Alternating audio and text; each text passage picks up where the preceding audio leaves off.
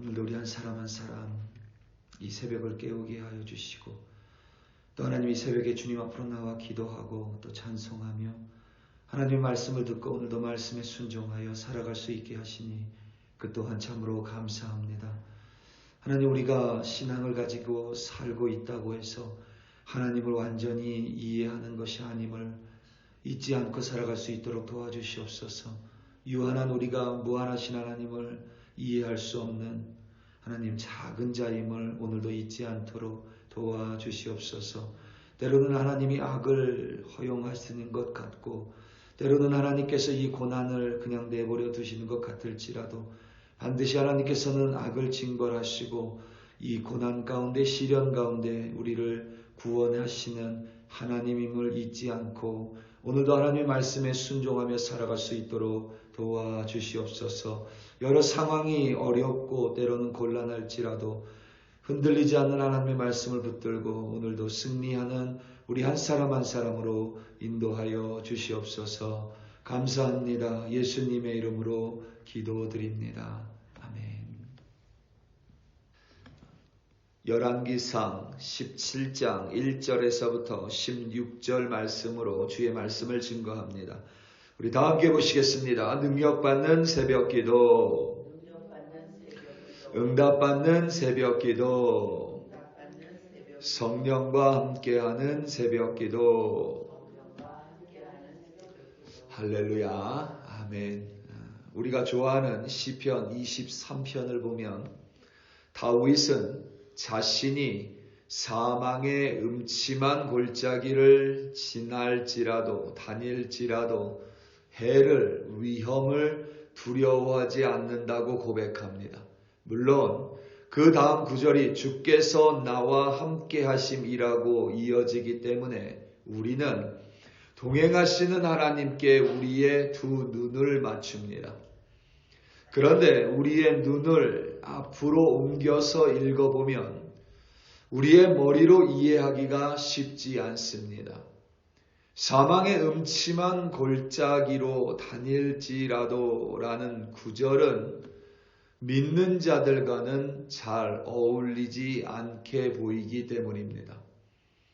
하나님을 믿는 자들이 사망과 음침과 위험한 골짜기로 가는 것은 우리 눈에 당연해 보이지 않습니다. 그런데 믿는 자들이, 하나님과 동행하는 자들이 왜 사망의 음침한 골짜기로 지나가야만 하는지, 도대체 왜 하나님께서 믿는 자들에게 고난과 어려움으로 인도하시는지 우리의 머리로 이해하기가 쉽지 않습니다. 그것을 머리로 알고 있는 것과 이해하는 것은 또 다른 문제입니다. 그와 동시에 하나님께서는 왜 악과 악인을 그냥 내버려 두시는 것 같은 모습을 보이시는지 우리가 의아한 생각이 들 때가 있습니다. 이 두 가지는 믿는 자들이나 혹은 믿지 않는 자들 모두에게 하나님에 대해서 질문을 품게 합니다. 오늘 본문을 보면 우리가 잘 아는 선지자 엘리야가 등장합니다. 오늘 말씀 1절입니다. 길르앗에 우거하는 자 중에 디셉 사람 엘리야가 아합에게 말하되 내가 섬기는 이스라엘의 하나님 여호와께서 살아계심을 두고 맹세하노니 내 말이 없으면 수년 동안 비도 이슬도 있지 아니하리라 하니라. 아멘.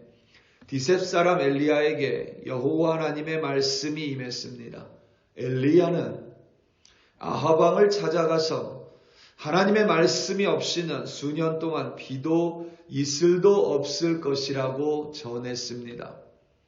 우리가 잘 알고 있듯이 엘리야의 이야기 후에는 선지자 엘리사가 등장을 합니다. 그러니까 엘리야와 엘리사가 등장하는 부분이 열왕기서의 가장 중심을 차지합니다. 엘리야 전에 남북 이스라엘의 왕조들의 이야기가 기술되어 있고 엘리야 이야기 후에 또다시 남북 왕조들의 이야기가 서술되어 있습니다. 엘리야와 엘리사라는 하나님의 위대한 선지자의 이야기가 왕들의 이야기 한 중간에 한 복판에 자리하고 있다는 뜻입니다. 그리고 엘리야의 바로 직전에 북이스라엘의 아합 왕의 등극을 열왕기 기자는 기록하고 있습니다.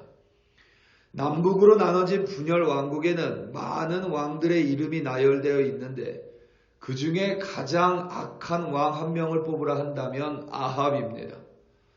아합 왕 이전에 가장 악한 왕이 오므리인데 그는 성경에 보면 그의 이전의 모든 사람보다 악했다고 되어 있습니다. 그때 아합 왕이 통치하기 전입니다. 아합이 왕으로 등극하고 난 뒤에 아합을 가리켜 그 이전의 모든 사람보다 여호와 보시기에 악을 행했다고 또다시 묘사를 합니다. 거기에는 아합 왕의 아버지 오므리도 포함이 되어 있습니다. 그러니까 아합 왕은 그의 이전에 가장 악했던 자신의 아버지 오므리 왕보다도 더 악한 왕으로 기술되어 있습니다. 그렇게 악한 왕이 나타나고야 비로소 엘리야라는 위대한 하나님의 선지자가 등장을 합니다.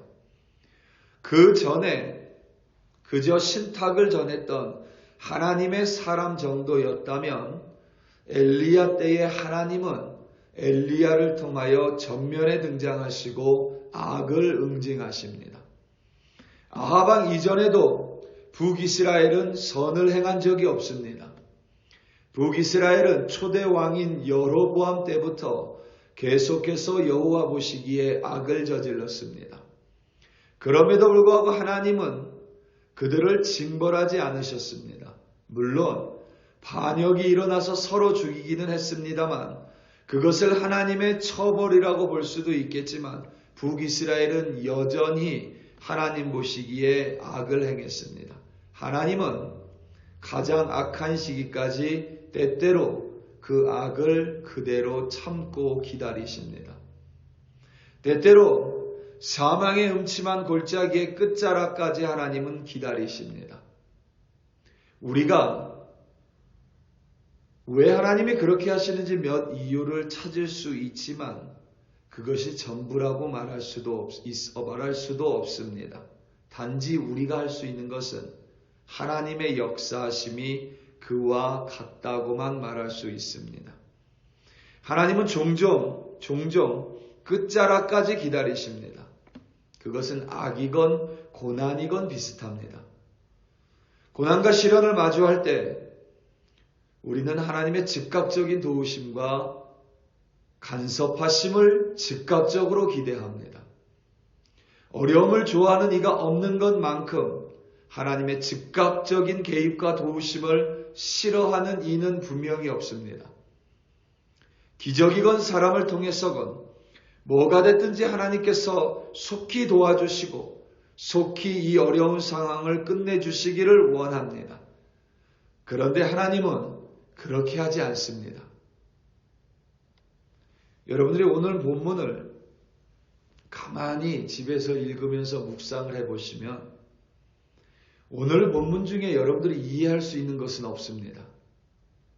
오늘 본문 중에 여러분들이 이해할 수 있는 상황은 없습니다. 디셉 사람 엘리야가 어떤 지파 출신이었고 누구였는지 모르지만 여러분 생각해 보시면 그이가 어떻게 아합 왕에게 아무런 방해 없이 가서 하나님의 말씀을 전파할 수 있겠습니까? 그리고 잘못하면 하나님의 말씀 전하다가 엘리야가 그 자리에서 참수를 당할 수도 있습니다.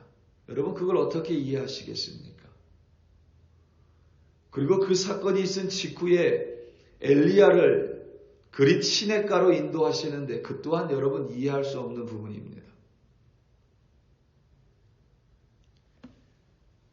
그리고 그 이후에 과부에게로 이끄십니다. 그것은 더더욱 이해할 수 없는 상황입니다.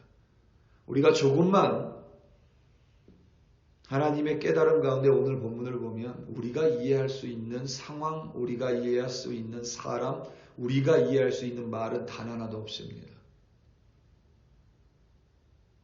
우리는 그 속에서 하나님이 이렇게 하시는 것을 그저 볼 수 있을 뿐이지, 만약에 우리가 엘리야와 같은 상황에 놓이게 됐을 때에 우리 중에 그 누구도 엘리야처럼 할 수 있는 사람은 없을 것이고, 우리 중에 누구도 과부처럼 할 수 있는 사람은 없을 것이라 단언합니다. 그만큼 이해할 수 없는 상황이고, 유한한 제한적인 우리가 깨달아서 행할 수 있는 상황들이 결코 아니라는 의미입니다. 더 어려운 상황으로 이끄시기도 합니다. 일개 한 사람인 엘리야가 아합 왕에게 하나님의 말씀을 전하고, 하나님께서 두려워하는 엘리야를 요단 앞 그릿 시냇가로 가라고 명령하십니다. 이 우리말 시냇가는 히브리어로 와디를 가리키는데, 와디는 팔레스타인에서 아주 작은 물줄기입니다. 어느 정도로 작냐면 우기와 건기가 뚜렷한 팔레스타인에서 우기에만 물이 흐르는 작은 시냇가입니다. 건기가 되면 물이 완전히 말라버립니다. 지금 하나님께서 하나님의 말씀이 없이는 비도 이슬도 없다고 하셨습니다. 그런데 요단 앞 그릿 시냇가로 와디로 인도하십니다. 좀 있으면 물이 마른다는 것을 엘리야가 모를 리가 없습니다. 그것이 끝이 아니라 더 힘겨운 상황이 기다립니다. 하나님께서는 까마귀를 통하여 엘리야를 먹이십니다. 여러분, 까마귀는 부정한 동물입니다. 부정한 동물을 통하여 가져다주는 음식을 엘리야는 먹어야만 합니다. 어떤 이는 차라리 굶어 죽을지언정 까마귀가 물어다주는 음식은 먹지 않을 거라고 이야기할 겁니다. 까마귀는 항상 죽은 동물의 음식만 먹습니다. 그리 시냇가가 말라버리자 이에 하나님은 엘리야에게 시돈에 속한 사르밧으로 가라고 명령합니다. 시돈은 아합 왕의 사돈인 엣바알의 땅입니다. 사르밧은 엣바알의 딸 이사벨의 고향으로 알려져 있습니다. 얼핏 위험하기는 해도 먹고 살기에 충분할 것 같은 도시처럼 여겨지기도 하지만, 하나님께서는 그곳에서 과부를 통해 음식을 가져다 줄 것이라고 말씀하셨습니다. 그런데 이 과부 또한 너무나도 가난한 사람입니다. 심지어는 너무 먹을 것이 없어서 겨우 빵 한 조각 만들 수 있는 재료로 빵 하나 만들어 먹고 자신의 아들과 이제는 죽어야 되겠다고 생각하는 이입니다. 여러분, 지금까지의 상황이 여러분들의 머리로 이해된다면 어쩌면 우리는 하나님이 필요하지 않은 존재일 수도 있습니다. 전혀 이해가 되지 않습니다. 이 상황을 마주하게 될 때에 사르밧처럼 엘리야처럼 할 수 있을 거라는 확신은 단일도 없습니다. 하나님이 왜 이렇게 인도하셔야만 했는지, 하나님은 왜 악을 허용하셔야만 했는지, 하나님은 왜 이렇게 이상하게 인도하셔야만 했는지 우리의 머리로는 전혀 이해할 수 없습니다. 우리의 믿음을 강하게 하기 위해서 얼마든지 그렇게 이야기할 수 있고, 하나님이 은혜를 베풀기 위해서 얼마든지 말할 수 있지만, 막상 우리가 이 상황에 놓이게 됐을 때에 하나님, 내 믿음을 강하게 하기 위하여 이렇게 인도하고 있다라고 감사할 수 있는 사람은 없을 것 같습니다. 이해할 수 없습니다. 그런데 하나님은 우리에게 이해의 사람이 되라고 말씀하지 않으셨습니다. 하나님은 우리에게 순종의 사람이 되라고 말씀하셨습니다. 때로는 이해할 수 없습니다. 때로는 해석할 수도 없습니다. 그것이 우리가 살아가는 매일입니다. 오늘 하루 우리 머리로 해석하고 우리 머리로 이해해서 모든 것이 퍼즐 맞추듯이 정확하게 맞추어 떨어져 간다면 어쩌면 우리는 우리가 스스로 신이 되어 살아갈 것입니다.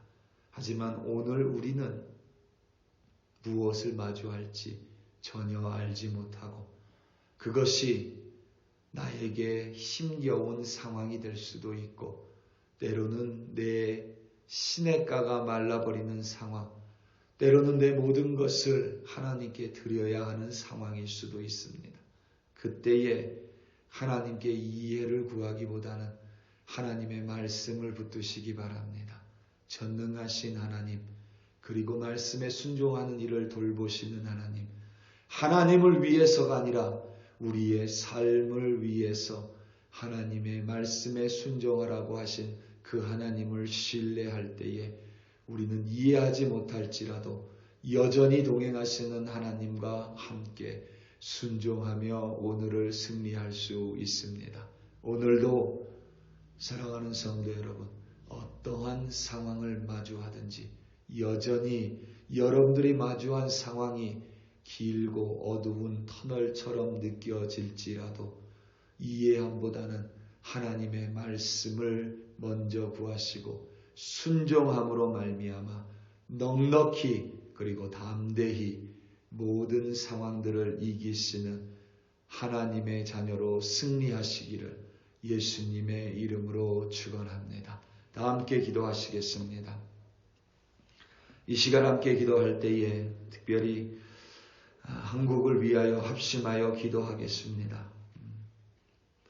점점 더 어두워져가는 한국의 상황 속에서 참으로 많이 어렵습니다. 하나님의 가르침을 따를 것인지 석가모니의 가르침을 따를 것인지 헷갈리는 상황들 속이 계속 이어집니다. 지도자들은 여전히 민생은 외면합니다. 허울뿐인 말들 속에서 자영업자들이 부도하고 부도가 나고 너무나도 어려운 상황들이 계속됩니다. 외교 또한 너무나도 어려운 상황입니다. 하나님께서 믿는 자들에게 기도하게 해달라. 우리 함께 기도하겠습니다. 그리고 믿는 자들을 통하여 이 상황을 이기는 우리 대한민국 되게 해달라 기도하겠습니다. 우리 이 시간 다 함께 주여 한번 부르시고 합심하여 기도합니다. 주여, 할렐루야, 할렐루야, 할렐루야. 아버지 하나님, 우리나라를 굽어 살펴주시고 불쌍히 여겨 주시옵소서. 아버지 하나님, 대통령을 붙들어 주시옵소서.